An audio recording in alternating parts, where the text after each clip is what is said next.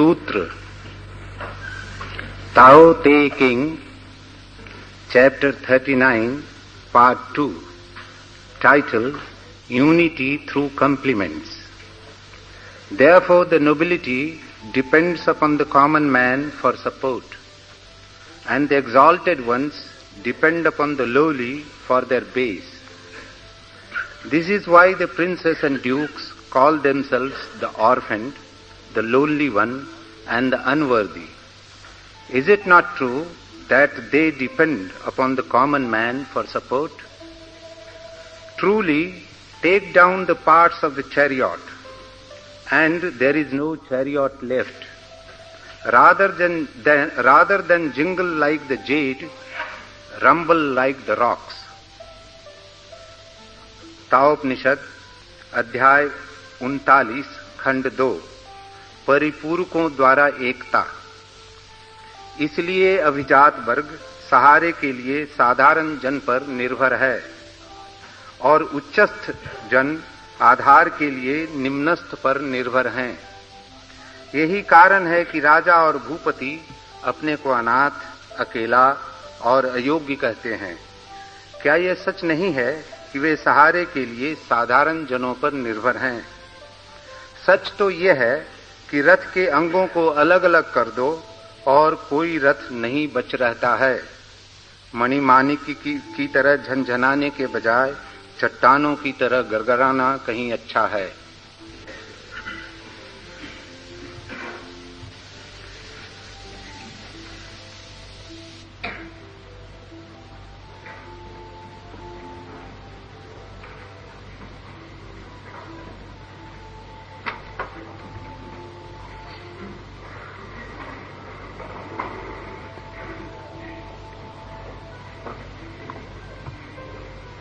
उस एक को जो जान लेता है उसे कुछ भी अनजाना नहीं रह जाता। लेकिन इस जगत में सदा ही दो के दर्शन होते हैं। यहां एक कुछ भी नहीं है, यहां जो भी है दो है। इसलिए ही उस एक की बात लोग सुनते हैं लेकिन समझ नहीं पाते। इसलिए ही उस एक का सनातन से चिंतना चलती है लेकिन उसकी साधना नहीं हो पाती। इस दो के जगत में उस एक की बात स्वप्न जैसी मालूम होती है। जहां दो का होना सत्य है, प्रगाढ़ सत्य है, वहां एक आदर्शवादियों के मन की धारणा, कोई उटोपिया, कोई स्वर्ग की परिकल्पना, कोई स्वप्न प्रतीत होता है। और जिन्होंने उस एक को जान लिया है वे हमारे इस दो के जगत को माया कहते हैं। और जो दो को ही जानते हैं और सिर्फ दो से ही परिचित हैं, वे उस एक के जगत को स्वप्न से ज्यादा नहीं मान पाते।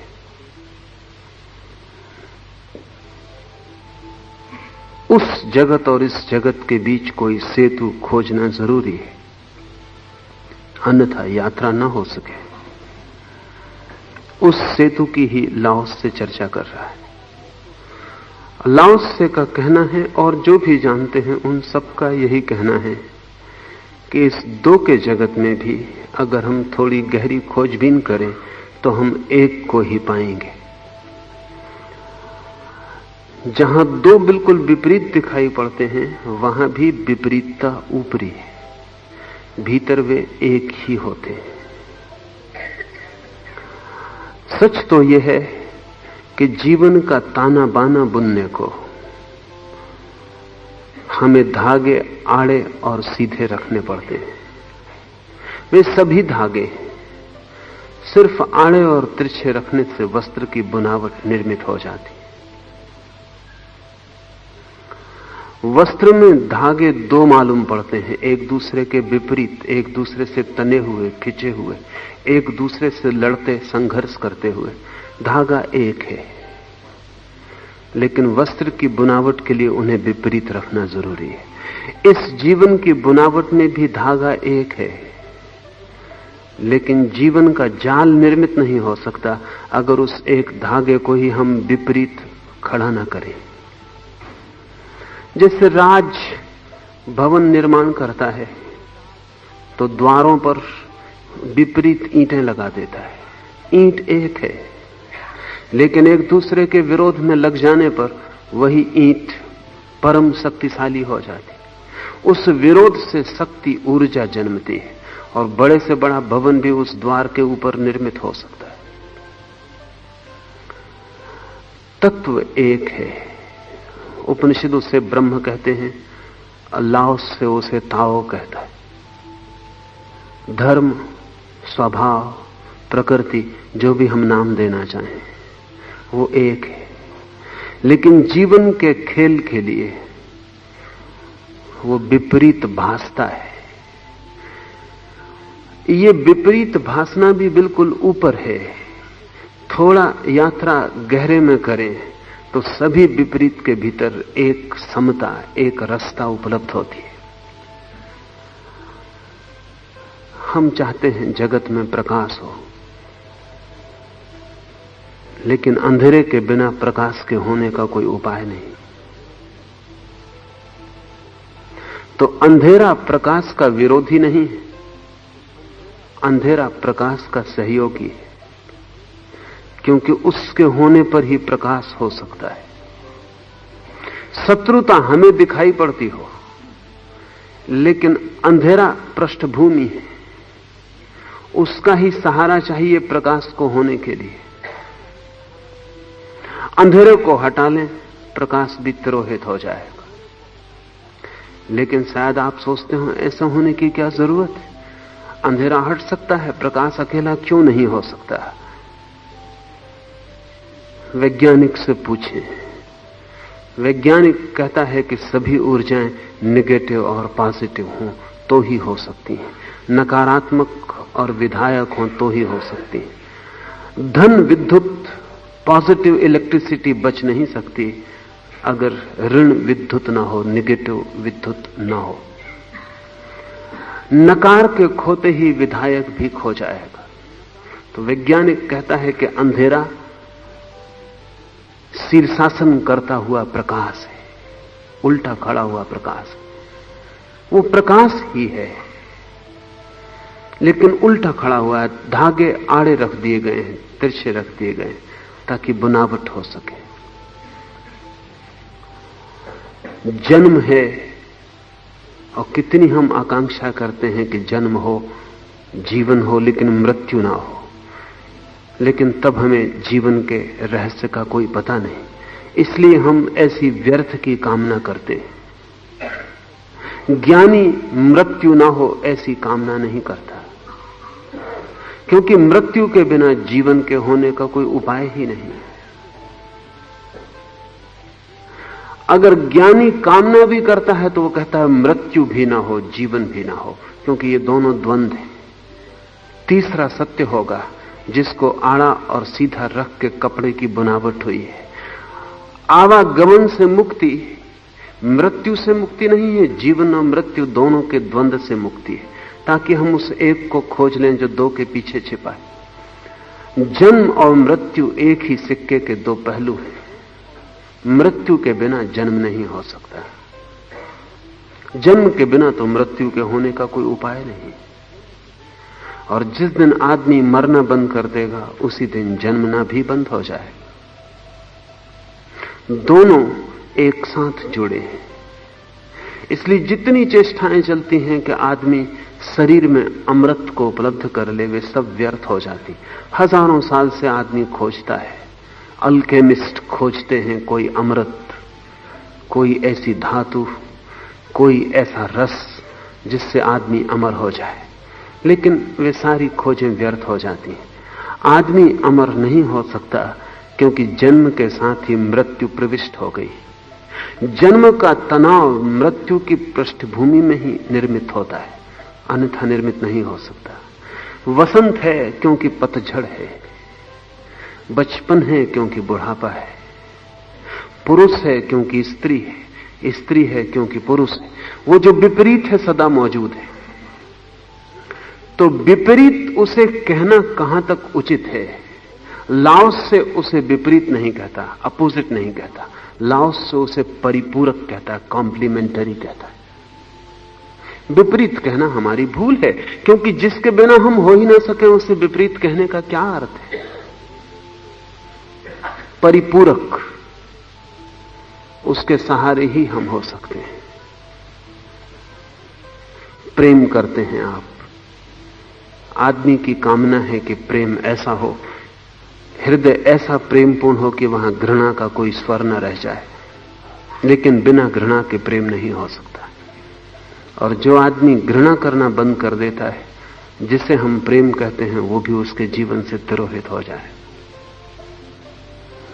हम चाहते हैं आदमी में करुणा हो, क्रोध ना हो, लेकिन जिसके जीवन से क्रोध विसर्जित हो जाएगा, हम जिसे करुणा कहते हैं वो भी विसर्जित हो जाएगी। क्योंकि क्रोध करुणा का परिपूरक है, वे सदा साथ हैं। इस जगत में द्वंद्व अस्तित्व का ढंग है, और दो में से एक को भी छोड़ दें तो दूसरा भी छूट जाता है। दोनों के छूट जाने पे जो बचता है वो तीसरा है। वो वही एक है जिसको लाओस से ताओ कहता है। जहां दोनों विसर्जित हो जाते हैं, वहां उन दोनों के नीचे छिपा हुआ आधार जो दोनों में था, जो दोनों का प्राण था, जिसकी धारा से ही दोनों जीते थे और जीवन पाते थे, वो प्रकट हो जाता है। परिपूरक का सिद्धांत लाओस से की बड़ी कीमती देन है, और संभवतः लाओस से पहला व्यक्ति है मनुष्य जाति के इतिहास में जिसने विपरीत की धारणा को बिल्कुल ही त्याग दिया और परिपूरक की धारणा को जन्म दिया। जगत में उसने कहा विरोध देखो ही मत, क्योंकि एक ही ऊर्जा का खेल है, इसलिए विरोध हो नहीं सकता। हो भी तो आभास होगा, दिखता होगा, थोड़ी गहरी समझ होगी, विसर्जित हो जाए।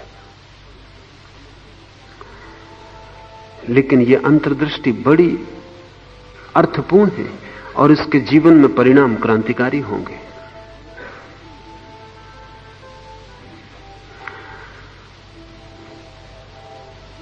और हमारा मन सदा ही इस विपरीत में से एक को बचा लेना चाहता है। वो हमारी आकांक्षा ही संसार है। और जिस दिन हम ये समझ लेते हैं कि इन दो में से एक को बचाया नहीं जा सकता, या तो दोनों बचेंगे, इसलिए दोनों को स्वीकार कर लो समान भाव से, समभाव से, समत्व से, और या दोनों चले जाएंगे तो दोनों का त्याग कर दो समभाव से, समत्व से। चुनाव मत करो। या तो जीवन और मृत्यु दोनों को एक सा अंगीकार कर लो, एक सा स्वागत, एक सा अहोभाव। जरा भी रत्ती भर भी फर्क किया कि संसार निर्मित हो जाता है। जरा सा चाहा कि जीवन ज्यादा और मृत्यु कम, कि संसार निर्मित हो जाता है। या फिर दोनों का ही त्याग कर दो, कहो कि न जीवन का आग्रह है न मृत्यु का आग्रह है, लेकिन हमें दोनों कठिन है। हम या तो जीवन का आग्रह रखते हैं, तो हम चाहते हैं मृत्यु ना हो, तो हम मृत्यु को टालते हैं, झुठलाते हैं, भुलाते हैं, सिद्धांत निर्मित करते हैं जिनके धुएं में मृत्यु हमें दिखाई ना पड़े और हमारी आंखें अंधी हो जाएं। मृत्यु से डरा हुआ आदमी मान लेता है कि आत्मा अमर है, जरा भी तर्क नहीं करता, जरा भी विचार नहीं करता, जरा भी प्रमाण की तलाश नहीं करता। मृत्यु से डरा हुआ आदमी मान लेता है कि आत्मा अमर है। वो मृत्यु को अस्वीकार करने का उपाय है। इसलिए जवान आदमी आत्मा की अमरता में उतना भरोसा नहीं करता, बूढ़ा आदमी ज्यादा भरोसा करता है। जैसे जैसे मौत करीब आती है, आत्मा की अमरता ज्यादा सही मालूम पड़ने लगती है, वो मौत के डर के कारण। छोटे बच्चे को कोई फिक्र ही नहीं कि आत्मा अमर है या नहीं। उसे चिंतना भी पैदा नहीं होती। अभी उसे मृत्यु का बोध ही नहीं है, अभी मृत्यु का भय प्रविष्ट नहीं हुआ, तो आत्मा की अमरता की जरूरत क्या है? अभी जन्म इतना निकट है और मृत्यु इतनी दूर है कि उसकी छाया भी नहीं पड़ती। मृत्यु को भुलाने के हम सब तरह के उपाय किए। मरघट हम बनाते हैं गांवों के बाहर कि वो आते जाते दिखाई ना पड़ जाए।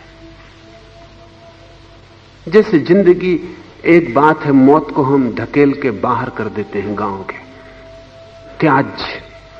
उधर हम कभी जाते नहीं, उधर कभी किसी को विदा करने जाते हैं, और जब किसी को विदा करने जाते हैं तब भी बड़ी बेचैनी होती है। और जब लोग किसी को विदा करने जाते हैं वहां उनकी बैठ के आप बातें सुने, वहां कोई जल रहा होता है और वो बैठ के गपशप करते हैं, गांव की निंदा चर्चा करते हैं, या समझदार हुए तो आत्मा की अमरता की बात करते हैं। लेकिन वो जो मौत वहां घट रही है वो उनके भीतर ज्यादा छाया ना डाले, इसके प्रति सचेत रहते। छोटे बच्चे खेल रहे हो बाहर और लाश निकलती हो तो मां अंदर बुला लेती, भीतर आ जाओ, मुर्दा दिखाई ना पड़े।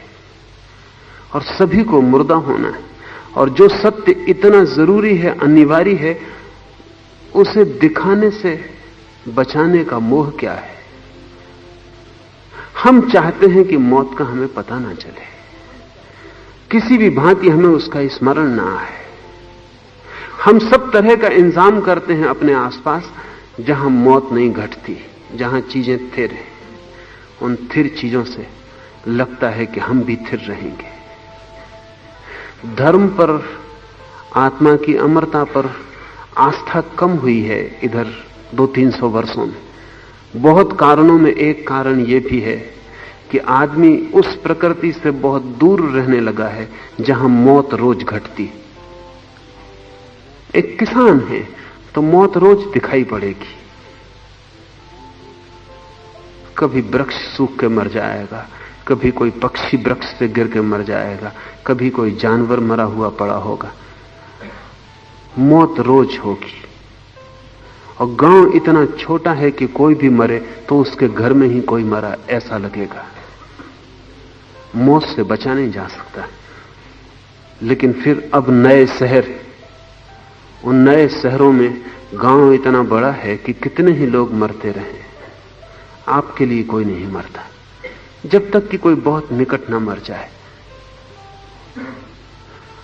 आप ऐसे घर में घिरे हुए रहते हैं सीमेंट कंक्रीट में, जहां ना कोई पक्षी मरता, न कोई पौधा मरता, न कोई जानवर मरता, मौत का कोई पता ही नहीं चलता, सुरक्षित सब तरफ से। कभी कभी मौत प्रवेश करती है, कोई निकट का मर जाता है, तो निकटता भी हमने बहुत कम कर ली है। निकट कोई है ही नहीं, इसलिए दूर के ही लोग मरते हैं।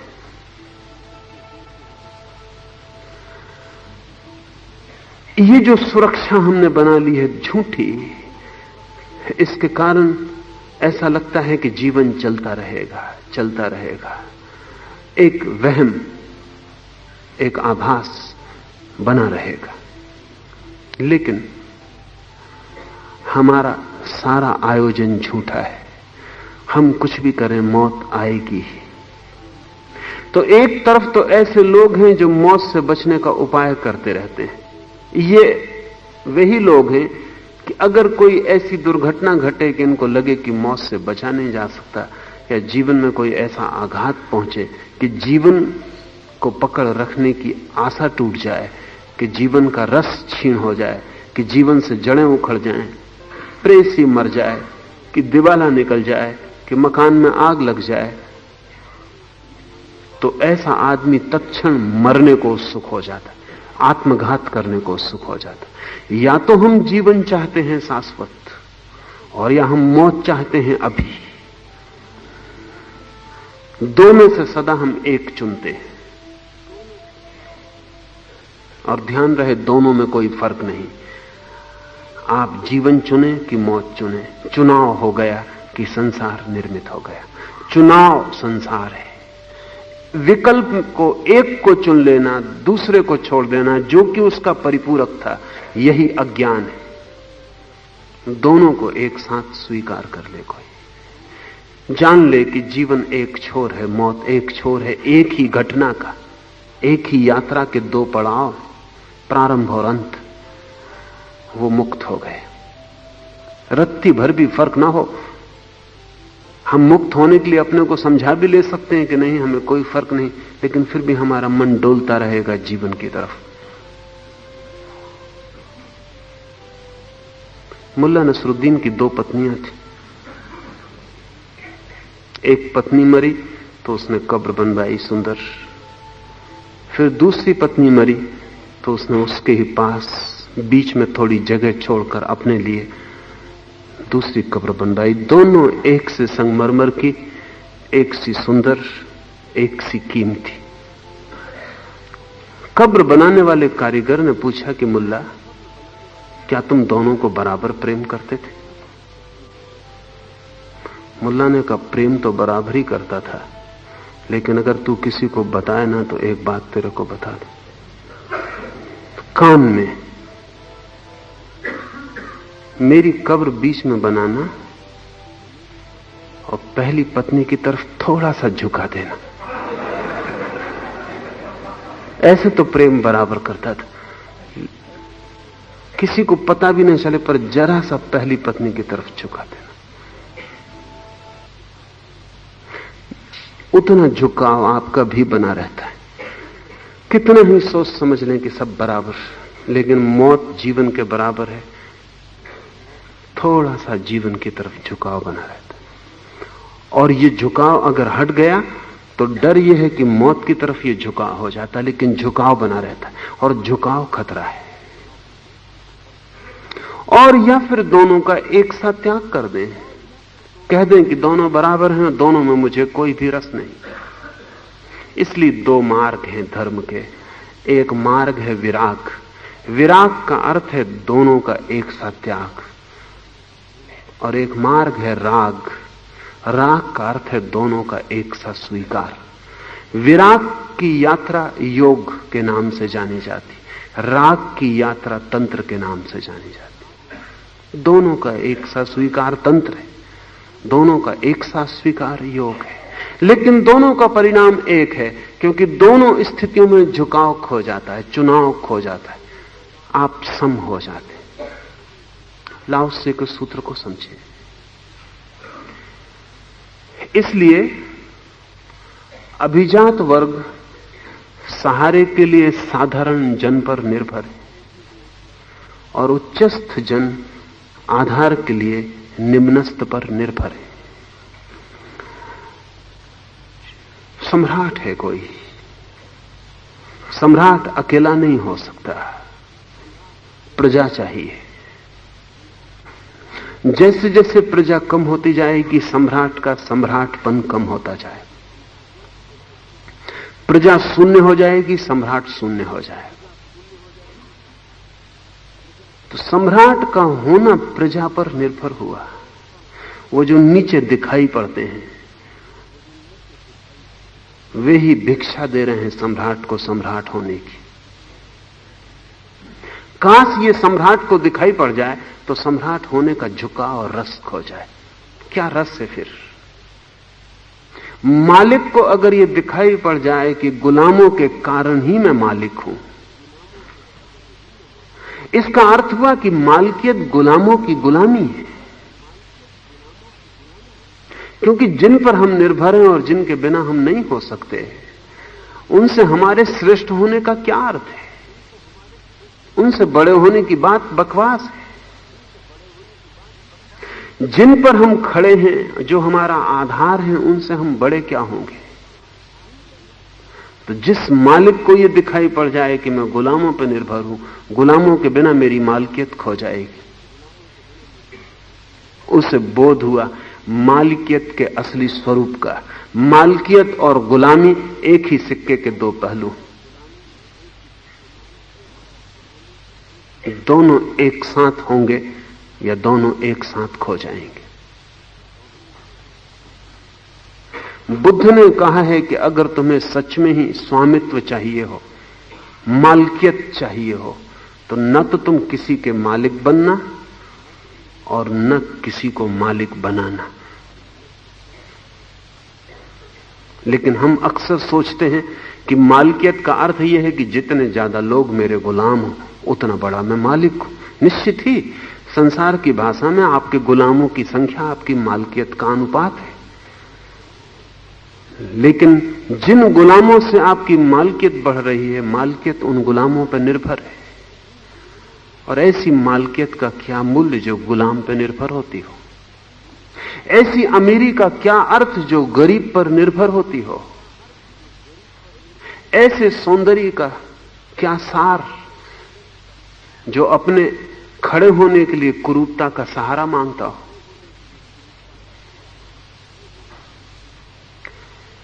लेकिन जीवन में हमें इसका ख्याल नहीं आता। अमीर सोचता है मैं अमीर हूं, उसे कभी भी ख्याल नहीं आता कि अमीर वो तिजोरी में बंद धन के कारण नहीं, बल्कि उन गरीबों के कारण है जो उसे चारों तरफ घेरे हुए। गरीबी पे निर्भर है उसकी अमीरी।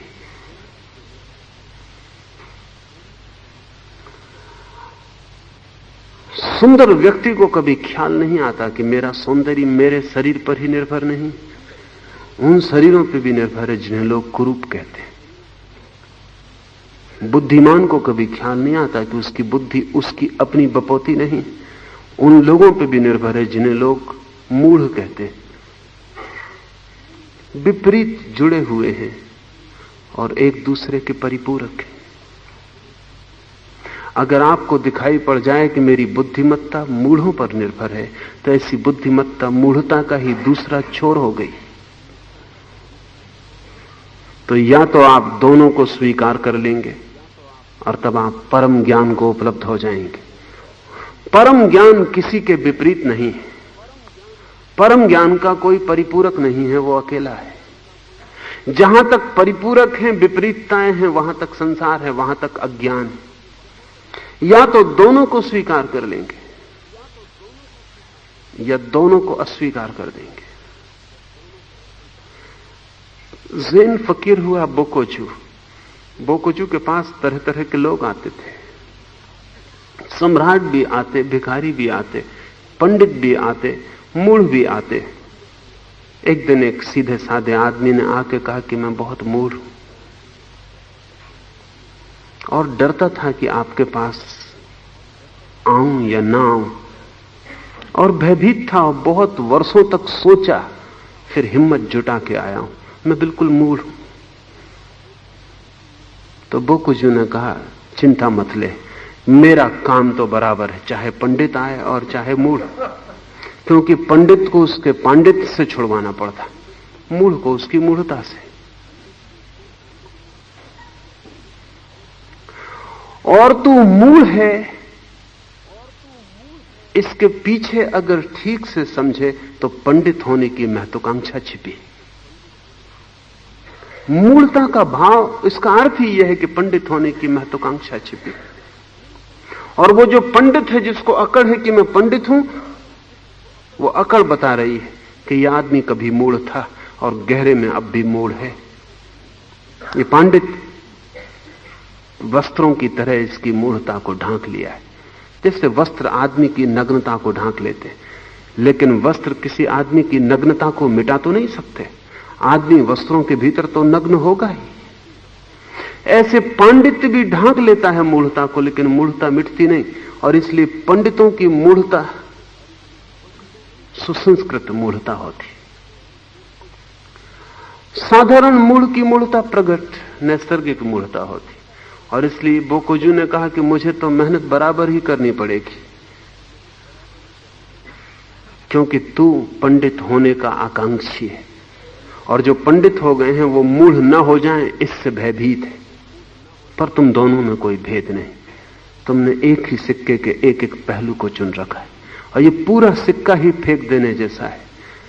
इस पूरे सिक्के के फेंक देने पर जो बच रहती है निर्दोष अवस्था, न जहां पता चलता है कि मैं मूढ़ हूं, न जहां पता चलता है कि मैं पंडित हूं, वहां ज्ञान है।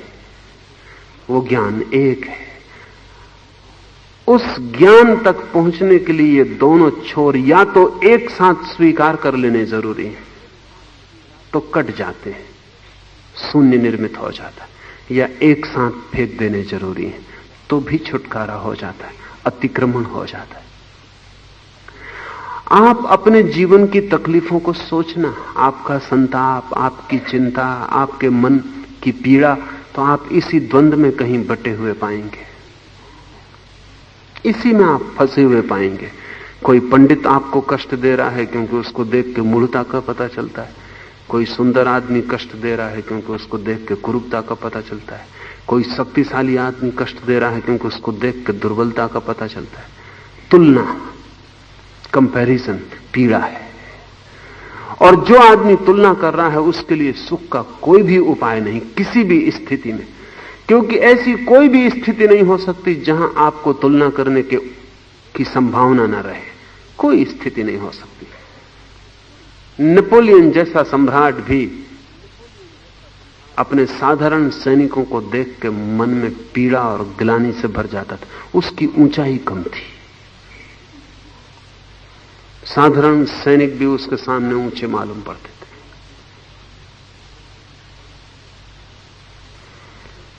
वो उसके जीवन भर की पीड़ा थी। वो कितना ही बड़ा सम्राट हो गया, लेकिन वो अपनी कद की कम लंबाई से बहुत ही पीड़ित और परेशान था। एडलर जैसे मनोवैज्ञानिक कहते हैं कि कद की कमी की वजह से ही वो सम्राट होने की दौड़ में पड़ गया था, कि किसी तरह किसी दूसरी दिशा में कद को बड़ा करके बता दे।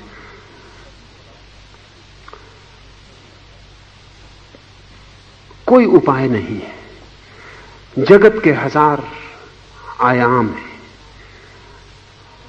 आप किसी एक आयाम में थोड़े आगे भी जा सकते हैं, तो भी आप कभी बिल्कुल आगे नहीं पहुंच जाएंगे।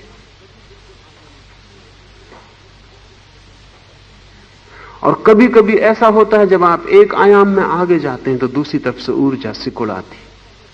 अल्बर्ट आइंस्टीन ने एक संस्मरण लिखा है कि उसे नोबेल प्राइज मिल चुकी थी, जगत विख्यात हो गया था। उसके गणित की जो प्रतिभा थी, शायद मनुष्य जाति के इतिहास में कभी वैसी प्रतिभा पैदा नहीं हुई। और लोग कहते हैं शक है कि फिर कभी वैसी प्रतिभा पैदा हो। लेकिन एक सुबह एक बस में सवार हुआ, कंडक्टर ने टिकट दी, उसने रुपए दिए, फुटकर उसने वापस किया, उसने गिना,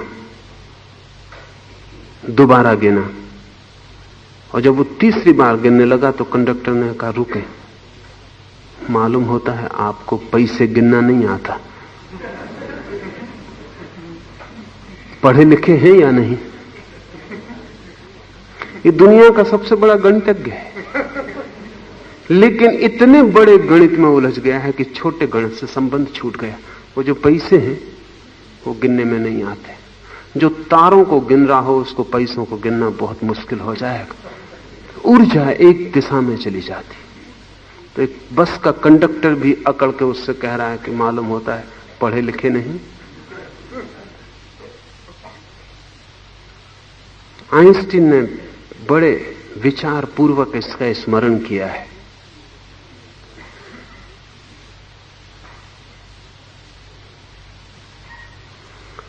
उसने एक संस्मरण और लिखा है। अक्सर वो अपनी पत्नी के साथ ही कहीं भोजन के लिए जाता था, रेस्तरां में या कहीं भोजनालय में, इसलिए मेनू हमेशा पत्नी ही पढ़ती थी और वो तो किसी और दुनिया में खोया रहता था। एक दिन पत्नी मौजूद नहीं थी और वो अकेला ही खाना खाने एक जगह गया।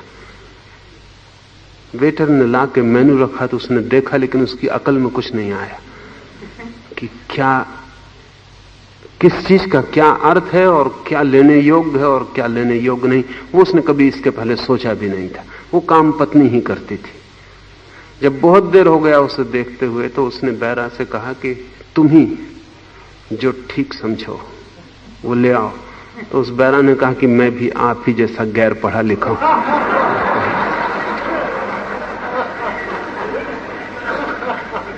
मैं भी पढ़ नहीं सकता।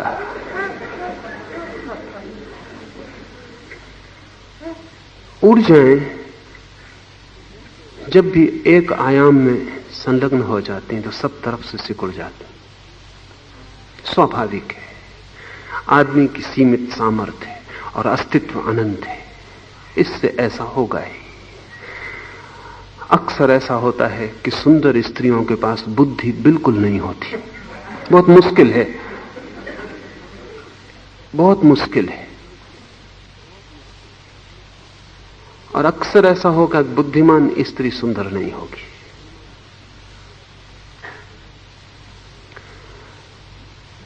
सुंदर स्त्री को बुद्धि की जरूरत भी नहीं होती, सौंदर्य काफी है, उससे यात्रा हो जाती है सुगमता से।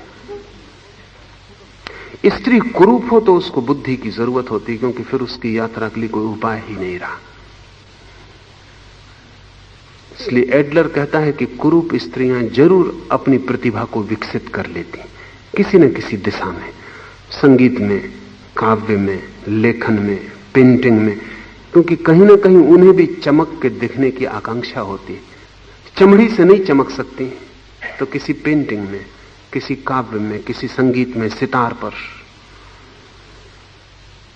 इसलिए जरा देखें, जब भी आप प्रतिभाशाली स्त्री देखें तो सोचना, बड़ी संगीतिका हो, प्लेबैक सिंगर हो, पर सुंदर नहीं होगी। सुंदर स्त्री इस तरह की झंझट में नहीं पड़ती। क्या जरूरत संगीत की? उसका शरीर संगीत है, तो कोई परिपूरक खोजने की आवश्यकता नहीं है। एक दिशा में आदमी बढ़ जाए तो सब दिशाओं से सिकुड़ जाता है। एडलर का तो पूरा का पूरा जीवन सिद्धांत यही है कि हीनता के कारण ही, किसी हीनता के कारण ही लोगों में महत्वाकांक्षा पैदा होती। कुछ कमी होती है गहरी, उस कमी को झुठलाने के लिए लोग किसी दिशा में बहुत तीव्रता से बढ़ जाते और ऊर्जा बदल जाती है, स्थान बदल लेती है। अंधा आदमी, उसकी सारी आंख की ऊर्जा कान में चली जाती, इसलिए उसके सुनने की कला गहन हो जाती। कोई आंख वाला आदमी उस तरह नहीं सुन सकता जैसा अंधा सुनता है। अंधे का सुनना बड़ा सूक्ष्म हो जाता है, पद चाप भी पहचानता है कि कौन आ रहा है। आपको पद चाप सुनाई भी नहीं पड़ते, लेकिन अंधा दूर बरंडे में चलते हुए आदमी को जानता है कि कौन चल रहा है। सारी आंख कान बन गई, इसलिए अंधे संगीत में गहरे उतर जाते हैं जो आंख वाले नहीं उतर पाते, क्योंकि उनके ध्वनि के संबंध में उनकी पकड़ स्वभावता आंख वाले से ज्यादा होगी। हेलन केलर अंधी है, बहरी है, गूंगी है, तो उसका सारी जीवन ऊर्जा उसके हाथों में उतर आई। वो जिस भांति से छूती दुनिया में कोई आदमी नहीं छू सकता, क्योंकि हाथ से उसको आंख का भी काम लेना है, हाथ से उसे कान का भी काम लेना है, हाथ से उसे मुंह का भी काम लेना है, हाथ से उसे सारा काम लेना है। तो 10 वर्ष पहले आपके चेहरे को छू कर देखा हो और 10 वर्ष बाद आपको देखेगी तो पहचान लेगी और कहेगी कि आपका स्वास्थ्य कुछ पहले जैसा नहीं रहा, कुछ अस्वस्थ मालूम होते, कुछ देह जीर्ण हो गई या वृद्ध हो गए। 10 वर्ष पहले की स्मृति अंगुलियों में है और उसके स्पर्श से जैसी विद्युत बहती है वैसे किसी व्यक्ति के स्पर्श से नहीं बह सकती, क्योंकि सारा जीवन सिकुड़ के हाथों में आ गया, वही उसकी सब इंद्रियां हैं। तो जीवन ऊर्जा एक दिशा में बहनी शुरू हो जाती तो दूसरी तरफ से सिकुड़ आती, दूसरी तरफ मार्ग न मिले तो किसी एक दिशा में बहनी शुरू हो जाती। एक बात स्मरणीय है कि आप कभी भी ऐसी अवस्था में न पहुंच सकेंगे जहां तुलना से पीड़ा ना होगी ही, और जितने ज्यादा आप बढ़ जाएंगे किसी दिशा में उतनी ही ज्यादा पीड़ा होगी, क्योंकि उतनी ही दिशाओं में आप क्षीण हो जाएंगे। एक ही उपाय है जिसे सुख चाहिए हो कि तुलना छोड़ दे,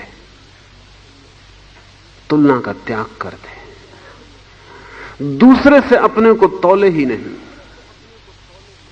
तौलने की दृष्टि ही भ्रांत है। अपने को ही देखे, दूसरे से तौलना छोड़ दे, तो संतोष का जन्म होता है, अपरिसीम संतोष का जन्म होता है। क्योंकि तब न कोई कुरूप है, तब न कोई बुद्धिमान है, तब न कोई मूढ़ है, तब न कोई सुंदर है। क्योंकि ये सारी की सारी चीजें विपरीत से जुड़ती हैं। जब मैं अकेला हूं, समझ लें कि सारी पृथ्वी के लोग समाप्त हो गए और आप अकेले बचे, तीसरा महायुद्ध हो गया और आप अकेले बचे, सारी पृथ्वी शांत हो गई। तब आप बुद्धिमान होंगे, मूढ़ होंगे, तब आप सुंदर होंगे, कुरूप होंगे, तब आप लंबे होंगे, ठिगने होंगे, तब आप गोरे होंगे, काले होंगे, तब आप क्या होंगे? तब ये सारी की सारी चीजें खो जाएंगी, सिर्फ आप होंगे और ये सारी बातें व्यर्थ हो जाएंगी। उस क्षण में जो शांति आपको मिलेगी, वो शांति अभी मिल सकती है अगर तुलना छूट जाए। क्योंकि जगत बाधा नहीं दे रहा है, तुलना बाधा दे रही है, और तुलना मूढ़तापूर्ण है।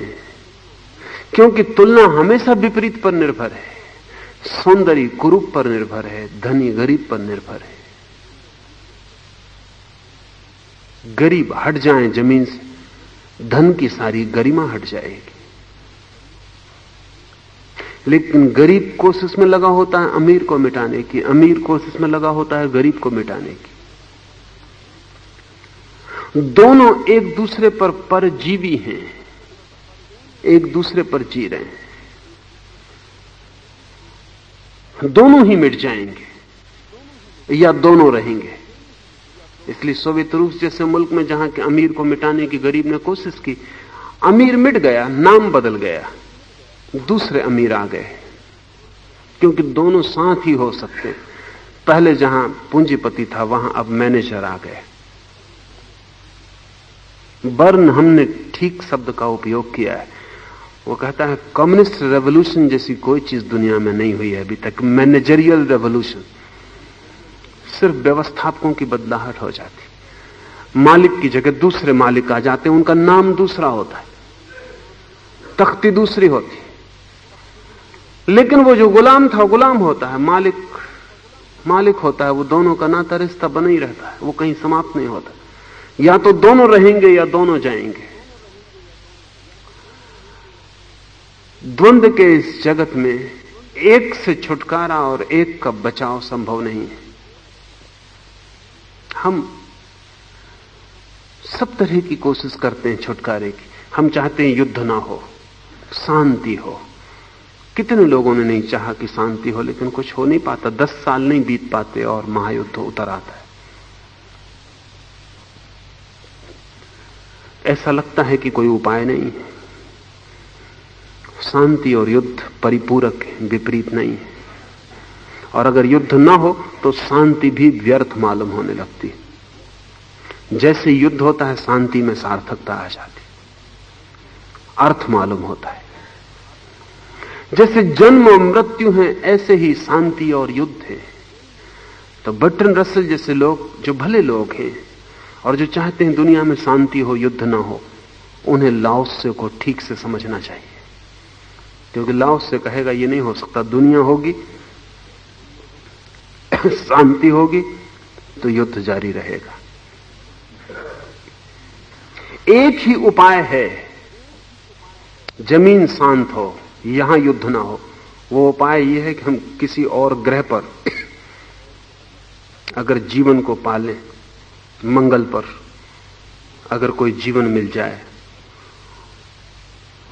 और प्लेनेटरी युद्ध छिड़ जाए कि मंगल से पृथ्वी का संघर्ष होने लगे, तो पृथ्वी पर युद्ध बंद हो जाए। फिर पाकिस्तान हिंदुस्तान के लड़ने का कोई अर्थ नहीं रह जाए, क्योंकि बड़े दुश्मन के मुकाबले हमें इकट्ठा हो जाना पड़ेगा। ऐसा अभी भी होता है। हिंदुस्तान पाकिस्तान लड़ते हैं तो गुजराती और मराठी का युद्ध समाप्त हो जाता है, वो इकट्ठे हो जाते। पंजाबी गैर पंजाबी का युद्ध समाप्त हो जाता है, मद्रासी गैर मद्रासी का युद्ध समाप्त हो जाता है, वो इकट्ठे हो जाते। बड़ा दुश्मन सामने आ गया, कॉमन इनिमी सामने आ गया, हम इकट्ठे हो जाते। इसलिए जब युद्ध चलता है तो देश में बड़ी एकता मालूम होती। वो ये एकता नहीं है। वो छोटे युद्ध समाप्त हो जाते हैं जब बड़ा युद्ध सामने होता है। वैसे जैसे आपको छोटी मोटी बीमारी और बड़ी बीमारी हो जाए, पैर में फुंसी हुई थी, फिर कोई कह दे कैंसर हो गया, फुंसी समाप्त हो गई, अब है ही नहीं। अब कौन उस फुंसी को, उसका बोध भी नहीं रह जाएगा। छोटी बीमारियों को मिटाने का बड़ा सीधा तरीका, बड़ी बीमारी। छोटी बीमारी तिरोहित हो जाती। हिंदुस्तान पाकिस्तान लड़ते हैं तो छोटी बीमारियां तिरोहित हो जाती, मुल्क इकट्ठा मालूम होता है। अगर कोई ग्रह हमसे युद्ध में उतर जाए किसी दिन, तो जमीन की सब छोटे छोटे झगड़े समाप्त हो जाएंगे। तो रूस और अमेरिका एक हो सकते हैं, तो चीन और भारत एक हो सकते हैं, कॉमन एनिमी आ गया। लेकिन युद्ध नए स्तर पर शुरू हो गया। शांति है तो युद्ध होगा। इसलिए गीता का संदेश बहुत लोगों को समझ में नहीं आता कि आखिर कृष्ण इतना जोर क्यों दे रहे हैं कि तू लड़। बर्ट्रैंड रसेल जैसे लोगों को तो लगेगा कि कृष्ण भी युद्धवाज है और युद्ध के लिए प्रोत्साहन देते। वो छोटे युद्ध समाप्त हो जाते हैं जब बड़ा युद्ध सामने होता है। वैसे जैसे आपको छोटी मोटी बीमारी और बड़ी बीमारी हो जाए, पैर में फुंसी हुई थी, फिर कोई कह दे कैंसर हो गया, फुंसी समाप्त हो गई, अब है ही नहीं। अब कौन उस फुंसी को, उसका बोध भी नहीं रह जाएगा। छोटी बीमारियों को मिटाने का बड़ा सीधा तरीका, बड़ी बीमारी। छोटी बीमारी तिरोहित हो जाती। हिंदुस्तान पाकिस्तान लड़ते हैं तो छोटी बीमारियां तिरोहित हो जाती, मुल्क इकट्ठा मालूम होता है। अगर कोई ग्रह हमसे युद्ध में उतर जाए किसी दिन, तो जमीन की सब छोटे छोटे झगड़े समाप्त हो जाएंगे। तो रूस और अमेरिका एक हो सकते हैं, तो चीन और भारत एक हो सकते हैं, कॉमन एनिमी आ गया। लेकिन युद्ध नए स्तर पर शुरू हो गया। शांति है तो युद्ध होगा। इसलिए गीता का संदेश बहुत लोगों को समझ में नहीं आता कि आखिर कृष्ण इतना जोर क्यों दे रहे हैं कि तू लड़। बर्ट्रैंड रसेल जैसे लोगों को तो लगेगा कि कृष्ण भी युद्धवाज है और युद्ध के लिए प्रोत्साहन देते हैं। लेकिन कृष्ण की समझ वही है जो लाओ से की है। जब शांति है तो युद्ध होगा। युद्ध से छुटकारा नहीं है, उसे स्वीकार करना पड़ेगा।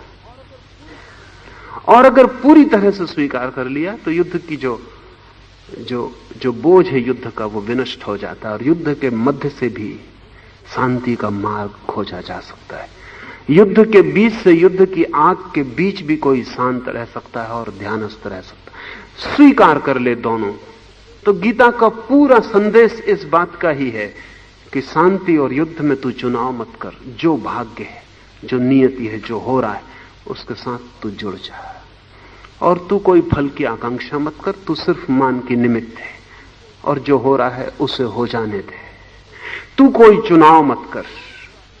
आज चुनाव का ये दृष्टिकोण तभी निर्मित हो सकता है जब हम विरोध को विरोध ना समझें, परिपूरक समझें।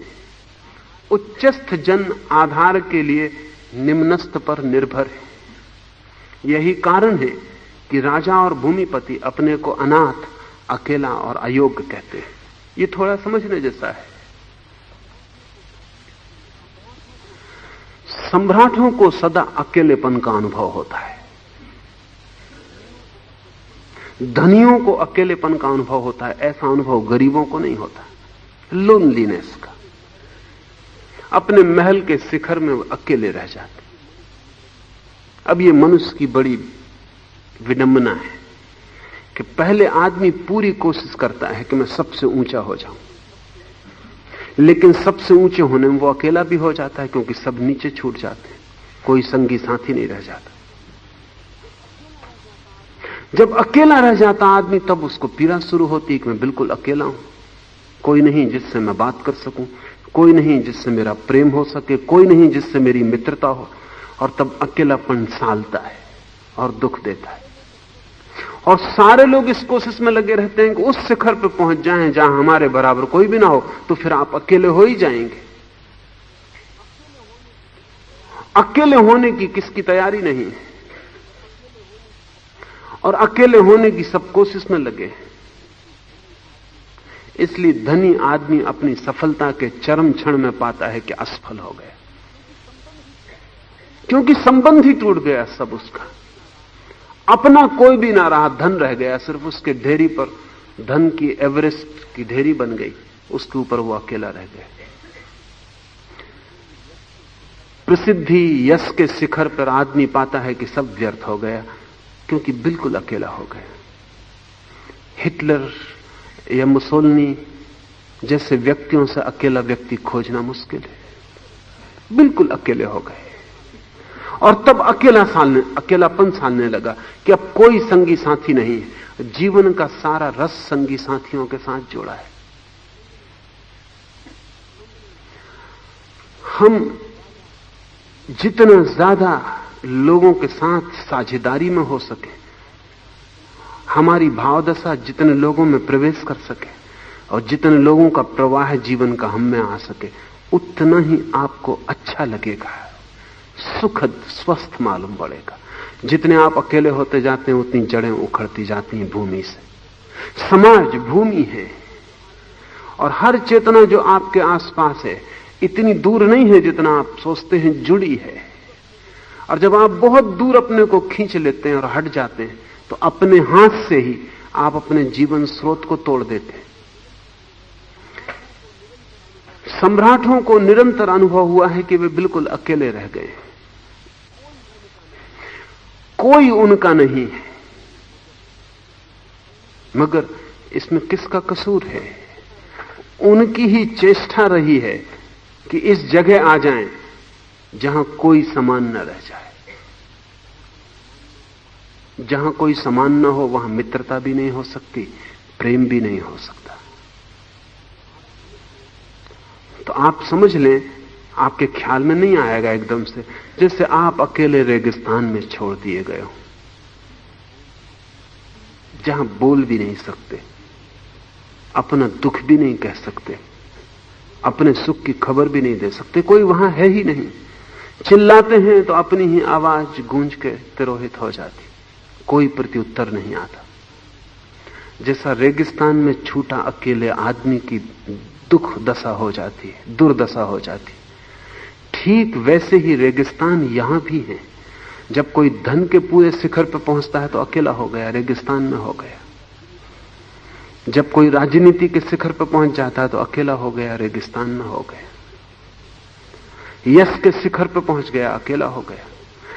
कई तरह के रेगिस्तान हैं, तरह तरह के रेगिस्तान हैं, और हम सब उनकी तलाश कर रहे हैं। लाओस से कहता है, यही कारण है कि राजा और भूमिपति अपने को अनाथ, अकेला और अयोग्य कहते हैं, क्योंकि जिन पर वे निर्भर हैं उनसे ही अपने को दूर रखते हैं। जिन पर जीवन निर्भर है उनसे ही अपने को काट लेते हैं। अगर सम्राट के द्वार पर भिखमंगा आए तो सम्राट मिलेगा भी नहीं, वो कहेगा मैं सम्राट, तू भिखमंगा। लेकिन उसका सम्राट होना इस भिखमंगे पर निर्भर है। ये उसका मित्र है, ये उसका सगा संगी है, ये उसका परिवार का सदस्य है। ये दोनों एक ही कड़ी के दो पहलू हैं, एक ही कड़ी के दो छोर हैं। सम्राट को चाहिए कि उसका स्वागत करे, सम्राट को चाहिए कि उसे मेहमान बनाए, सम्राट को चाहिए कि उसका आदर करे, सम्राट को चाहिए कि कहे कि रुको कुछ देर मेरे पास, क्योंकि हम तुम संगी साथी हैं। मैं एक छोर पर, तुम दूसरे छोर पर, तुम्हारे बिना मैं नहीं हो सकता, मेरे बिना तुम भी नहीं हो सकते। अगर कोई सम्राट ऐसा कर पाए तो फिर अकेला अनुभव नहीं करेगा, फिर तो वो सबके भीतर व्याप्त हो जाएगा और उसे एक का अनुभव शुरू हो जाएगा। ये उसकी साधना हो जाएगी। अगर सम्राट भिखारी को गले लगा ले और कहे कि तुम मेरे मित्र हो, तो उसकी एक की खोज शुरू हो गई। थोड़े ही दिनों में सम्राट सम्राट नहीं मालूम पड़ेगा, खुद को भिखारी भिखारी मालूम नहीं पड़ेगा। दोनों के भीतर का जो एक सत्य है वो अनुभव में आने लगेगा, द्वंद्व विसर्जित हो जाएगा। इसलिए हमने फिक्र की थी कि सम्राट भिखारी को सम्मान दे, आदर दे, शक्ति झुके उनके सामने जिनके पास कुछ भी नहीं, ताकि उस एक की खोज जारी रहे।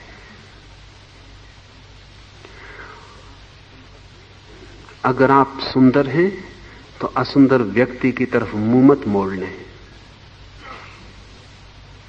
वो आपका परिवार का सदस्य, उसका दान है आपको, वो आपका ही दूसरा हिस्सा है, उसे छाती से लगा ले।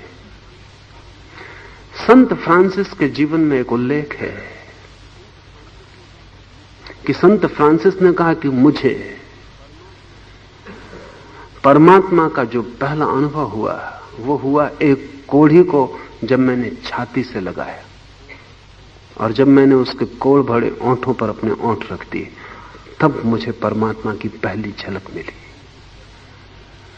वो मुझे चर्चों में नहीं मिली, प्रार्थनाओं में नहीं मिली। कोढ़ी को देख के भागने का मन, हटने का मन। फ्रांसिस को भी वही हुआ था। एक कोढ़ी चला आ रहा है, शरीर के अंग गल गए, गिर गए, बांस आती है, बेचैनी होती है, दूर हटने का मन होता है। लेकिन तभी फ्रांसिस को ख्याल आया कि जीसस ने कहा है कि जो अंतिम है उनमें ही जो मुझे खोज पाएगा वही खोज पाएगा। जिनसे तुम्हारा सहज हटने का मन हो उनके पास जाना तो तुम मुझे मिल पाओगे। रोक लिया फ्रांसिस ने अपने को। बड़ी कष्टपूर्ण रही होगी बात। आसान है सालों तक शीर्षासन करना, आसान है पद्मासन लगा के बैठ जाना, आसान है आंख बंद करके माला फेरते रहना। लेकिन जिसके अंग गिर गए हों, बदबू आती हो, जिसके पास कोई खड़ा होने को राजी ना हो, जिससे लोग गांव में प्रवेश ना करने देते हो, बड़ी क्रांति का क्षण आ गया होगा फ्रांसिस के सामने। एक तरफ सहज द्वंद था, चुनाव था कि हट जाओ, और एक तरफ निर्द्वंद एक की तलाश थी। इस एक क्षण में ही सारा रूपांतरण हो गया। फ्रांसिस ने कोढ़ी को गले लगा लिया, उसके ओंठ पर अपने ओंठ रख दिए। उस क्षण को थोड़ा सा सोचें। ये ध्यान की परम काष्ठ अंतिम चरम अवस्था हो गई, पराकाष्ठा हो गई। उस क्षण में जब फ्रांसिस ने कोढ़ी के ओंठ पर ओंठ रखे, गलते हुए बदबू से भरे हुए ओंठ पर, उस क्षण फ्रांसिस वहीं पहुंच गया जहां बुद्ध बोधि वृक्ष के नीचे पहुंचे।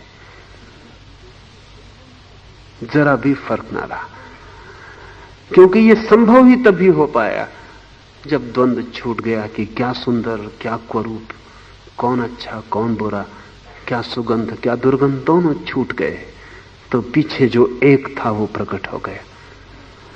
फ्रांसिस ने कहा है, मैंने आंख खोलकर देखी, मुझे जीसस के दर्शन हुए। जरूरी नहीं कि जीसस वहां मौजूद हो गए हों, फ्रांसिस के भीतर यह हुआ। कोढ़ी तिरोहित हो गया, जीसस के दर्शन हुए। फ्रांसिस आदमी ना रहा, इस क्षण से परमात्मा हो गया। द्वंद जहां गिर जाए उसे गिराने के 1000 उपाय हो सकते हैं, हर आदमी का शायद अलग अलग उपाय होगा। क्योंकि मैं आपसे नहीं कहता कि आप ऐसा करें, क्योंकि हो सकता है कि आपको दुर्गंध ना आती हो, तो आप कोढ़ी के पास बैठे रहे हो, आपको परमात्मा का अनुभव ना होगा।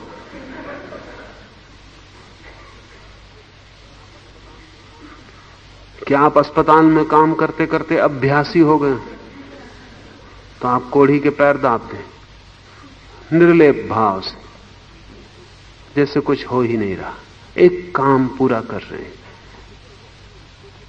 तो आपको कुछ ना होगा।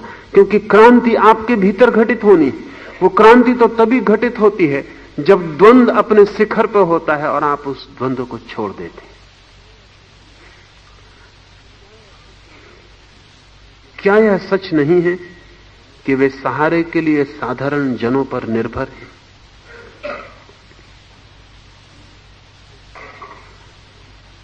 एक यहूदी फकीर का मुझे स्मरण आता है। बालसेम उसका नाम था। यहूदियों का कोई धार्मिक उत्सव करीब था, पास ओवर,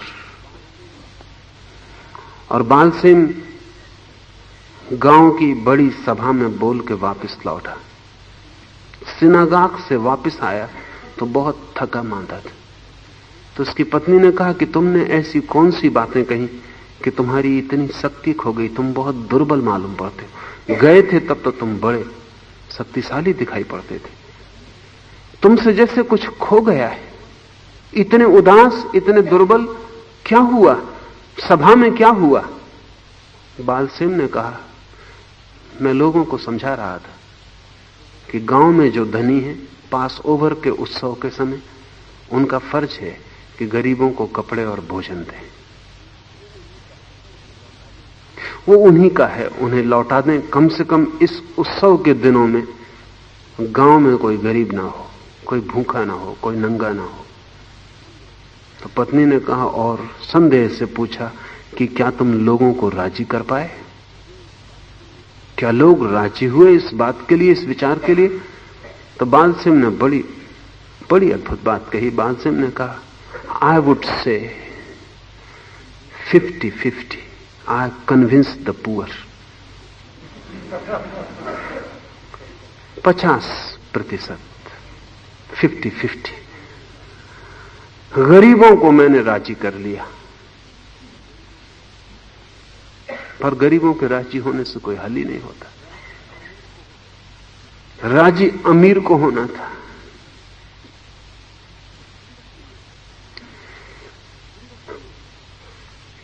जिंदगी में सब जगह बटाव है, आधा आधा। गरीब को राजी करने में कोई कठिनाई नहीं है कि दान महाधर्म। गरीब पहले से ही राजी है।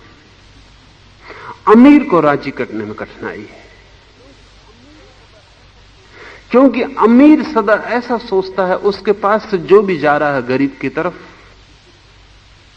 वो उसके दुश्मन के पास जा रहा है, उसके विपरीत के पास जा रहा है, विरोधी के पास जा रहा है। तो बड़ा मुश्किल छोड़ता है। लेकिन उसे पता नहीं कि वो जिससे विपरीत समझ रहा है वो परिपूरक है।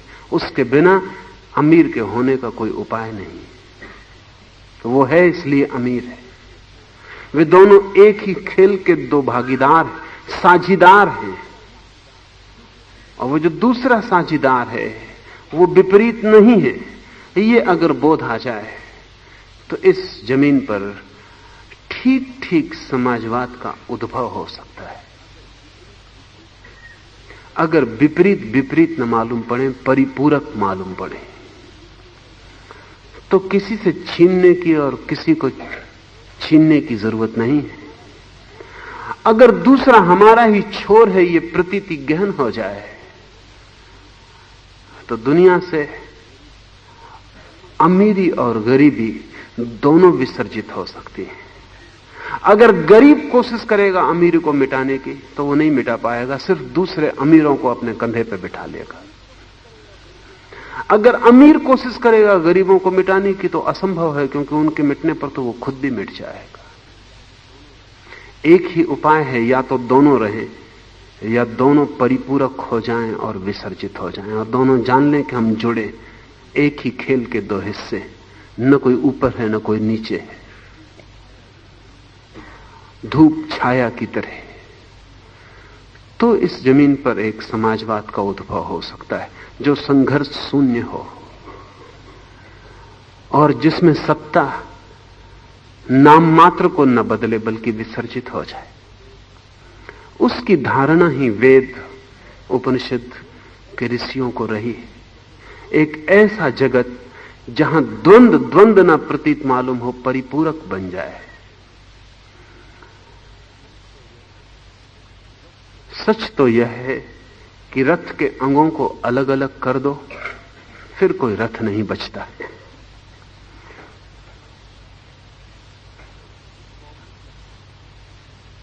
बौद्ध कथा है। भिक्षु नागसेन एक बहुत अनूठा भिक्षु हुआ। किसी सम्राट ने नागसेन को निमंत्रित किया कि वो बुद्ध धर्म का उपदेश देने आए। नागसेन के पास जब वजीर गए और उन्होंने निमंत्रण दिया तो नागसेन ने कहा जरा कठिनाई है, क्योंकि नागसेन जैसा कोई है नहीं।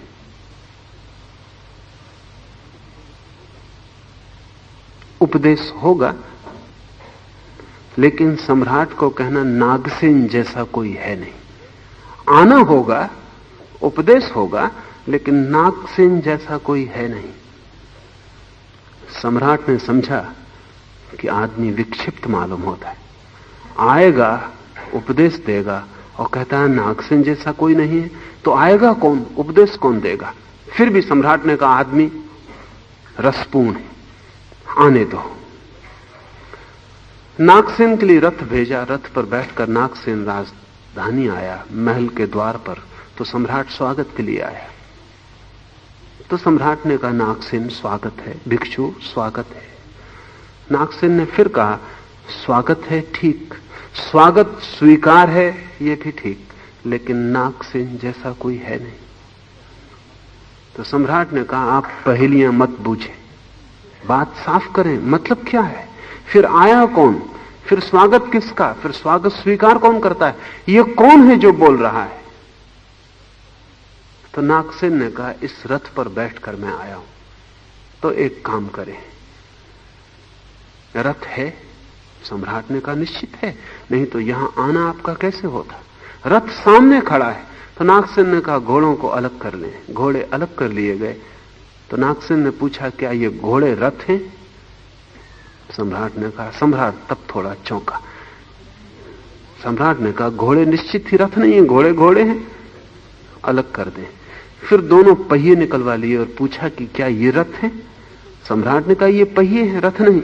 लेकिन सम्राट अब डरा, उसने समझा कि वो फंसा, ये तर्क तो खतरनाक जगह ले जा रहा है। एक एक अंग रथ का निकलता गया और सम्राट को कहना पड़ा ये भी रथ नहीं, ये भी रथ नहीं, ये भी रथ नहीं, और पीछे कुछ भी ना बचा। तो नागसेन ने कहा रथ कहां है?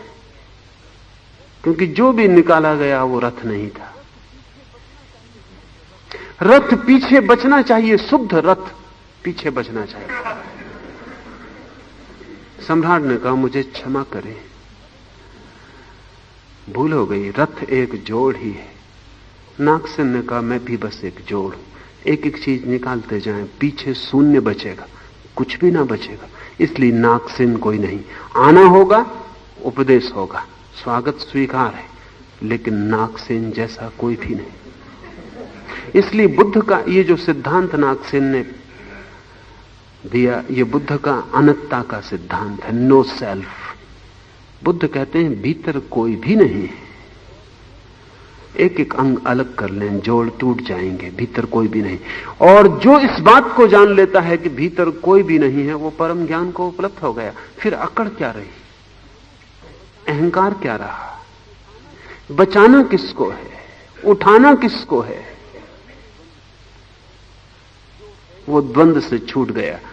जो है ही नहीं उसका जन्म कैसा, उसकी मृत्यु कैसी? लाओस से ठीक वही प्रतीक ले रहा है। वो कह रहा है सच तो यह है कि रथ के अंगों को अलग अलग कर दो और कोई रथ नहीं बच रहता। गरीब को अलग कर लो, अमीर खिसका, गिरा। दीन को अलग कर लो तो वो जो अकड़ा हुआ है उसकी अकड़ खो गई। दुर्बल को अलग कर लो तो शक्तिशाली मिटा। यहां एक चीज खींचो तो दूसरी गिरनी शुरू हो जाती, क्योंकि जोड़ है। और दोनों को अलग कर लो तो पीछे शून्य बचता है, वहां कुछ भी बचता नहीं। और ये दोनों परिपूरक हैं, ये एक दूसरे को सहारा दिए। रथ के सभी अंग एक दूसरे को सहारा दिए हैं और रथ बने हुए। सहारे में रथ है। वो जो जोड़ है सबका, उसमें रथ है। वो जोड़ रथ है। और एक एक अंग को निकालें तो जोड़ तो निकलता नहीं, अंग निकल आते हैं। जोड़ शून्य की तरह पीछे रह जाता, वो पकड़ में भी नहीं आता। पहिया जुड़ा है, जहां पहिया जुड़ा है वहां रथ है, उस जोड़ में। लेकिन पहिया अलग कर लो, फिर और अंग अलग कर लो, पीछे खाली जोड़ रह जाते हैं। जोड़ तो दिखाई नहीं पड़ते। जोड़ तो तभी दिखाई पड़ते हैं जब दो चीजें जुड़ती हैं। इसे ऐसा समझें कि आप किसी के प्रेम में, गहन प्रेम में, आपको अलग कर लें, आपके प्रेमी को अलग कर लें, तो प्रेम बीच में बच नहीं रहता। बचना चाहिए, क्योंकि आप कहते थे दोनों के बीच बड़ा प्रेम,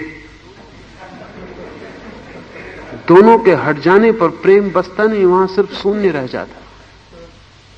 ये थोड़ा बारीक है और बहुत अस्तित्वगत सवाल है। जब हम दो प्रेमियों को अलग करते हैं तो बीच में कुछ भी नहीं बचता। तो क्या दोनों प्रेमी भ्रम में थे कि बीच में प्रेम है?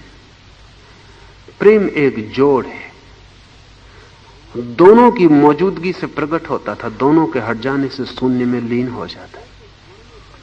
ऐसा समझें कि दो के जुड़ने पर एक खास तरह की परिस्थिति बनती थी जिसमें प्रेम प्रकट होता था।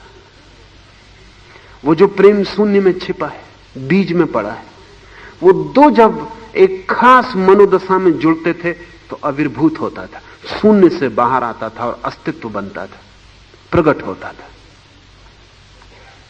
जब दोनों हट जाते हैं, परिस्थिति खो जाती, प्रकट होने का उपाय समाप्त हो जाता है। वो जो प्रकट हुआ था वापस शून्य में लीन हो जाता।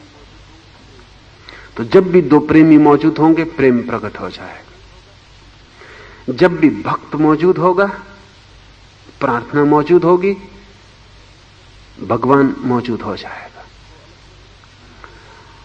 भक्त को अलग कर लो, भक्ति खो गई, भगवान खो गया। वो तीनों का जोड़ है, एक संयोग है। लाओस से कहता है कि जैसे रथ के सारे अंगों को हम अलग कर लें, पीछे कोई रथ नहीं रह जाता, ऐसे ही हम सब इस समाज के अंग हैं। इसमें न कोई श्रेष्ठ है और न कोई निकृष्ट है, क्योंकि निकृष्ट भी हट जाए तो रथ टूटता है, श्रेष्ठ भी हट जाए तो भी रथ टूटता है। एक बार श्रेष्ठ को छोड़ा भी जा सके, निकृष्ट को छोड़ना बड़ा मुश्किल है। सम्राट के बिना होना आसान है, लेकिन मेहतर के बिना होना बहुत मुश्किल हो जाएगा।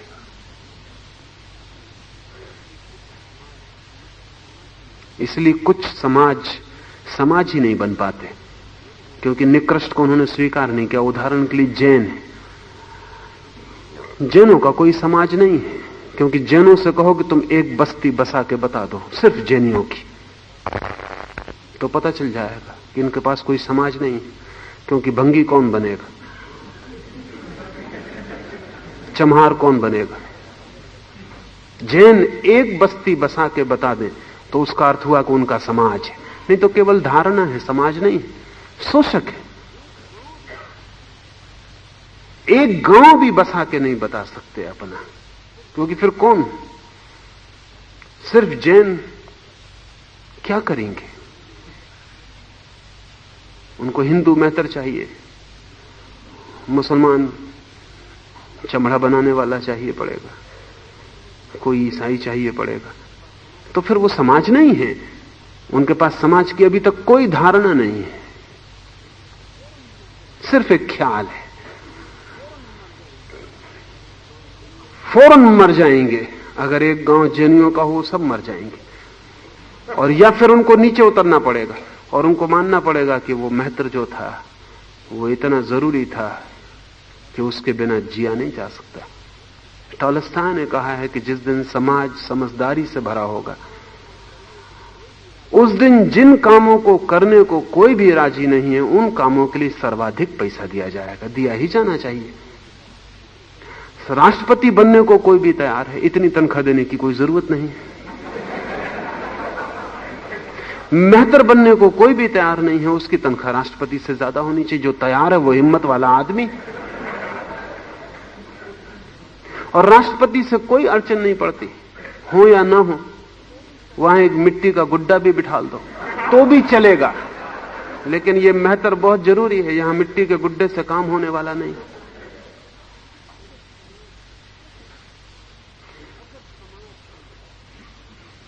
अगर समाज एक रथ है तो सभी अंग समान मूल्य के हो गए। छोटे बड़े का भेद न रहा। एक कील भी मूल्यवान हो गई, बहुत मूल्यवान हो गई। रथ की एक कील भी निकल जाए तो रथ व्यर्थ हो जाएगा। तो कील कितनी छोटी है इससे कोई सवाल नहीं। उपयोगिता सामूहिक है। समता का यही अर्थ हो सकता है। समता का यह अर्थ नहीं हो सकता कि सभी लोग एक सा काम करें तब समान है। समता का यह भी अर्थ नहीं हो सकता कि कोई कुछ भी करे तो भी उसको समान ही मूल्य मिले। यह भी नासमझी की बात है। समता का एक ही अर्थ हो सकता है कि समाज एक संयुक्तता है, एक जोड़ है, और उसमें छोटा और बड़ा कोई अर्थ नहीं रखता। उसमें सब जरूरी है, और एक भी वहां से हट जाए तो रथ गिर जाता है। अगर ऐसा आप देख पाए तो आपके मन से वैषम्य का भाव, किसी को नीचा देखने का भाव, आपके घर में नौकर है, फिर नौकर को आप नीचा देखने के भाव से मुक्त हो जाएंगे, क्योंकि वो भी दान दे रहा है अपने ढंग से, वो भी आपके जीवन का हिस्सा है। और बड़े मजे की बात है कि वो आपके बिना शायद हो भी सके, आप उसके बिना नहीं हो सकते। तो आदर योग्य है, समादर योग्य है। लेकिन नौकर की तरफ कोई व्यक्ति की तरह भी नहीं देखता। आप घर में बैठ के गपशप कर रहे हैं, नौकर आके झाड़ू लगा जाता है, आप आंख भी उठा के नहीं देखते कि उसको देखना भी जरूरी है, कि उसको भी नमस्कार करना जरूरी है, या कोई आया इसका बोध भी लेना जरूरी है। उपेक्षा से बैठे रहते हैं जिससे कोई आया ही नहीं। वो नौकर शायद आदमी नहीं है, सिर्फ एक फंक्शन, एक यंत्र की तरह आया, झाड़ू बुहारी लगाई, चला गया। आपने उसकी आदमियत को जरा भी नहीं स्वीकारा। तो इसका अर्थ यह हुआ कि आप सोच रहे हैं कि आप उसके बिना हो सकेंगे। इसका यह अर्थ हुआ कि वो अनिवार्य नहीं है। तो फिर आपका बोध बहुत संकीर्ण है और आपको जीवन के रहस्य का कोई भी पता नहीं। आप उसके बिना नहीं हो सकेंगे। और जिस शान से आप अपने बैठक खाने में बैठे, उस बैठक खाने का सौंदर्य, उसकी सफाई और शान आपके कारण नहीं है। आपके कारण तो रोज कचरा इकट्ठा होता है जिसको नौकर साफ करता है। आप तो कचरा घर है, नौकर रोज साफ करता है। वो शान जो आपके बैठक घर की है वो नौकर की वजह से है। लेकिन अगर इसका बोध हो तो आप अनुग्रहित होंगे, और वो अनुग्रह आपको धीरे धीरे द्वंद्व से हटाएगा, और धीरे धीरे लगेगा चीजें इतनी जुड़ी हैं कि कौन जिम्मेवार है कहना कठिन है। चीजें इतनी संयुक्त हैं कि हम सभी सहभागी हैं, और जीवन इतना घनेपन से जुड़ा है कि आपको ख्याल नहीं आता। आप अपने दायरे बना के जीते हैं, आप सोचते हैं आप अलग जी रहे हैं। आपको ख्याल ही नहीं कि कितने लोग आपके जीवन के लिए दान कर रहे हैं, और कितने लोगों के हाथ आपके जीवन को सहारा दे रहे हैं। अनजान अपरिचित लोग खेतों में काम कर रहे हैं, वो आपका भोजन बनता है। और लोग ही नहीं, अभी तो इकोलॉजी का सारी दुनिया में आंदोलन चलता है, और नई खोजें होती हैं, और खोज बड़ी चकित करने वाली है कि आप सोच ही नहीं सकते कि जीवन कितना सघन रूप से संयुक्त है। इसे थोड़ा हम समझें। अभी पिछले 20 वर्षों में पश्चिम के बड़े नगरों में उपद्रव पैदा हुआ तो ख्याल में आना शुरू हुआ, फैक्ट्री हैं, बड़े कारखाने हैं, उनकी वजह से नदियां दूषित हो गई। नदी दूषित हो गई तो मछलियां सड़ने लगी, और मछलियां विषाक्त द्रव्य खा गई। मछलियां बाजारों में बिकने पहुंच गई, तो जिन्होंने मछलियों को खाया वे बीमार पड़ गए। उन बीमार आदमियों के जो बच्चे पैदा होंगे वो जन्म के साथ कुछ दूषण लेके पैदा होंगे।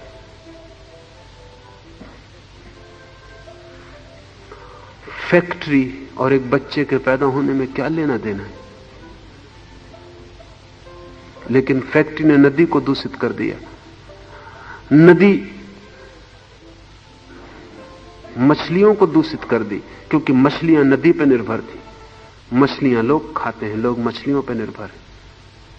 मछलियों ने लोगों को दूषित कर दिया, उनके बच्चे दूषित हो गए। एक वर्तुल की तरह सब चीजें घूमती चली जाती। सारी प्रकृति जुड़ी। वृक्ष खड़े हैं, आप वृक्षों को काटते चले जाते हैं बिना फिक्र किए, लेकिन अब घबराहट पैदा हो गई, क्योंकि आदमी ने बहुत वृक्ष काट डाले जमीन पर। उसको पता ही नहीं था कि वृक्ष के बिना जमीन नहीं हो सकती, क्योंकि वृक्ष बिल्कुल अनिवार्य है आपके जीवन के लिए। वृक्ष सूरज की किरणों को पीता है। इस जमीन पर कोई और चीज उनको नहीं पी सकती, और वृक्ष पी के उनको डी विटामिन बना देता है। वो डी विटामिन जीवन के लिए बिल्कुल जरूरी है। अगर वृक्ष कम होते चले गए, डी विटामिन कम हो जाए, आदमी मुश्किल में पड़ जाए, पक्षी मुश्किल में पड़ जाए। आप वृक्ष काटते चले गए, आप अपने जीवन का एक अंग काटते चले गए। अब अड़चन शुरू हो रही।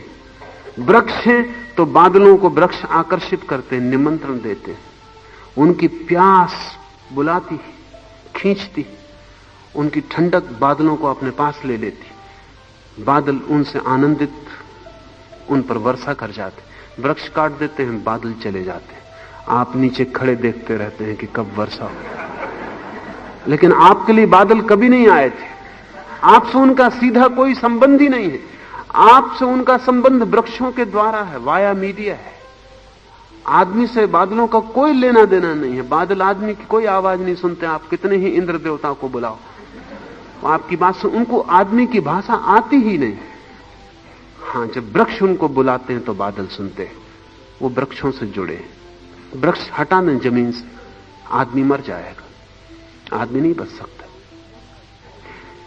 उदाहरण के लिए कह रहा हूं कि ऐसा जीवन सब तरफ से जुड़ा है। तो जब आप एक वृक्ष की शाखा तोड़ रहे हैं तो आपको कभी ख्याल भी नहीं आता है कि अपना कुछ तोड़ रहे हैं। जब आप एक वृक्ष को काट रहे हैं आपको कुछ ख्याल ही नहीं आता, आप सोच रहे हैं फर्नीचर बनाना। आपको जीवन की संयुक्तता का कोई बोध नहीं है। यहां सब चीजें जुड़ी हैं।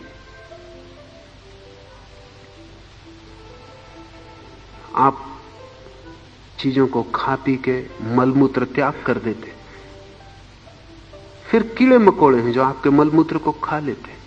उन कीड़े मकोड़ों से आपको बड़ी नफरत है,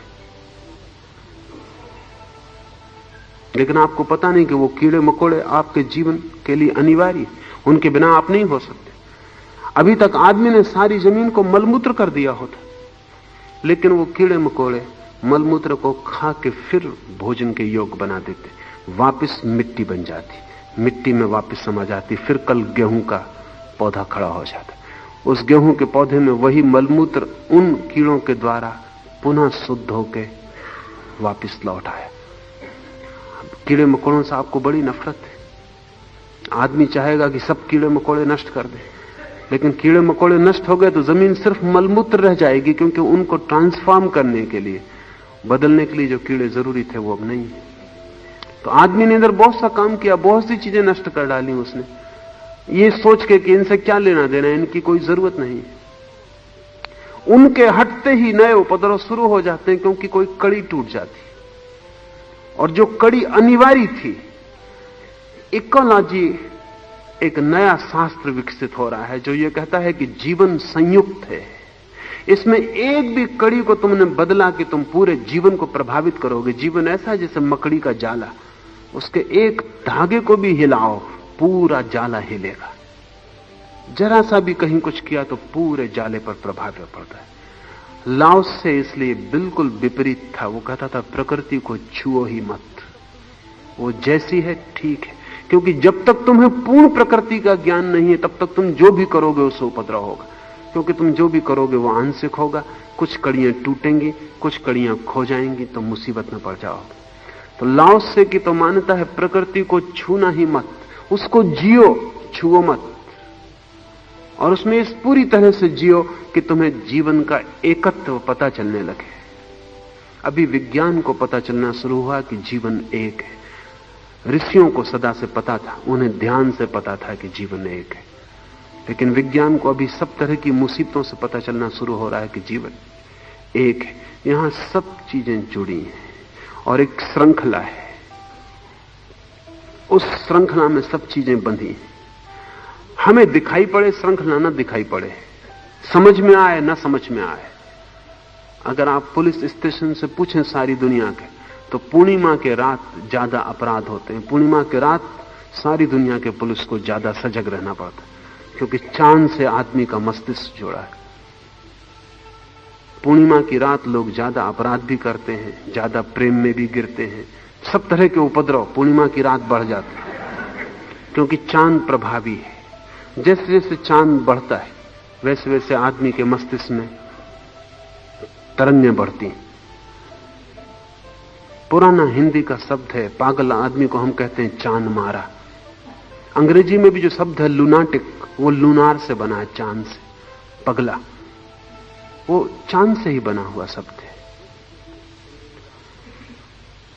जैसे जैसे अंधेरी रात बढ़ती है वैसे वैसे आदमी उतना उपद्रव नहीं करता, शांत होता चला जाता। अमावस की रात, आप हैरान होंगे, आपने शायद कभी नहीं सोचा हुआ, आप सोचेंगे अमावस की रात ज्यादा उपद्रव होना चाहिए। अमावस की रात सबसे कम उपद्रव होता है, पूर्णिमा की रात सबसे ज्यादा उपद्रव होता है, क्योंकि समुद्र ही प्रभावित नहीं होता चांद से, आप भी तरंगित होते हैं।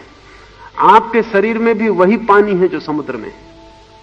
75% पानी है शरीर में, 25% दूसरी चीजें। 75% पानी है और उस पानी में ठीक वही अनुपात है रासायनिक द्रव्यों का जो समुद्र के पानी में। क्योंकि वैज्ञानिक कहते हैं आदमी का पहला जन्म मछली की तरह हुआ, तो अभी भी अब उसके शरीर में जो पानी है वो समुद्र का ही।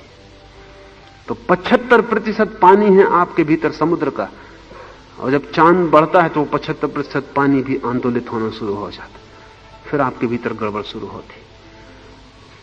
ज्योतिष इसी का विस्तार था, इसी बात का ख्याल था कि सारे जगत में जो कुछ भी है, चांद हैं, तारे हैं, ग्रह हैं, उपग्रह हैं, नक्षत्र हैं, वो सभी आपको प्रभावित कर रहे हैं, क्योंकि सब जुड़े हैं, सब संयुक्त हैं। कहीं भी कुछ होता है तो उसकी प्रतिध्वनि जगत के दूसरे कोने तक सुनी जाती। जरा सा भी एक पत्थर, छोटा सा कंकड़ झील में गिरती है तो पूरी झील पर उसकी तरंगें फैल जाती है। ठीक वैसा ही जीवन में हो रहा है, जरा सी कोई घटना सारा जीवन प्रभावित होता है। इस एकता का बोध हो जाए, इसका ख्याल आने लगे, इसकी प्रतीति होने लगे, तो हम ब्रह्म की तरफ अग्रसर होने शुरू हो जाते हैं। और ध्यान रहे, शास्त्रों से उस एक का पता न चलेगा, जीवन के अनुभव से ही, जीवन की संयुक्तता की प्रतीति, साक्षात्कार से उस एक का अनुभव होना संभव है। अंतिम वचन है, मणि माणिक की तरह झनझनाने की बजाय चट्टानों की तरह गड़गड़ाना कहीं अच्छा है। लाओस से यह कह रहा है कि श्रेष्ठ होने के दंभ में पड़ने की बजाय जीवन की बुनियाद में निकृष्ट होना कहीं अच्छा है।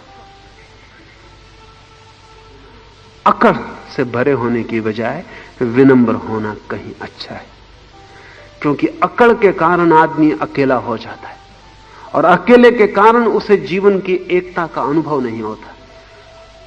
अकड़ के छूट जाने पर विनम्र हो जाने के कारण आदमी को एकता का अनुभव होता है। वो इतना विनम्र होता है कि उसे लगता है कि मैं हूं ही क्या, सबका दान हूं, मेरा अपना होना कुछ भी नहीं, सबके होने में मैं भी एक तरंग हूं।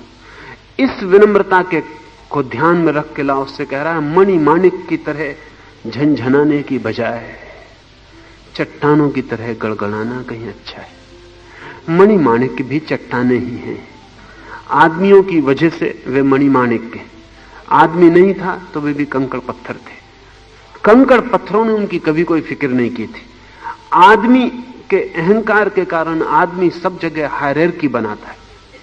आदमी बहुत अद्भुत है, वो खुद ऊंचा नीचा नहीं खड़ा होता, वो कहता तुम नीचे मैं ऊंचा, ऐसा ही नहीं। कंकड़ पत्थरों में भी तुम नीचे और ये पत्थर ऊंचा, कोई पत्थर ऊंचा नीचा नहीं है। अगर आप कोहिनूर को रख दें एक चट्टान के बगल में तो चट्टान आंसू नहीं बहाएगी कि हाय मैं कुछ भी नहीं। चट्टान फिक्र ही नहीं करेगी कोहिनूर की।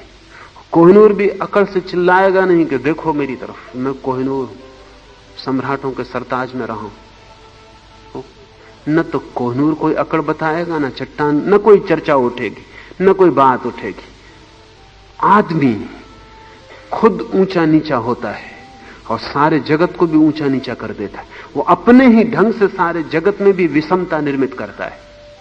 लाओ से कह रहा है ऊंचे होने की बजाय नीचे होना कहीं बेहतर है। उसका कारण कुल इतना है कि जितने तुम ऊंचे हो जाओगे उतने तुम बंद हो जाओगे अपने भीतर, उतना तुम समझने लगोगे कि मैं अलग थलग विशिष्ट, और जीवन से तुम्हारे तंतु टूट जाएंगे। तुम दुख भी पाओगे, लेकिन अकड़ की वजह से तुम दुख को भी न छोड़ोगे। जीवन की बुनियाद में जहां भेद नहीं है, जहां कोई ऊंचा नहीं है, जहां जीवन सहज और सरल है, वहां होना बेहतर है। विनम्रता बेहतर है क्योंकि विनम्रता द्वार बन सकती है। अहंकार खतरनाक है क्योंकि वो अवरोध है। 5 मिनट रुके, कीर्तन करें और फिर चलें।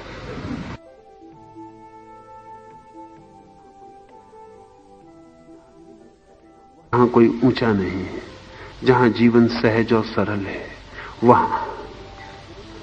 वहां होना बेहतर है। विनम्रता बेहतर है क्योंकि विनम्रता द्वार बन सकती है। अहंकार खतरनाक है क्योंकि वो अवरोध है।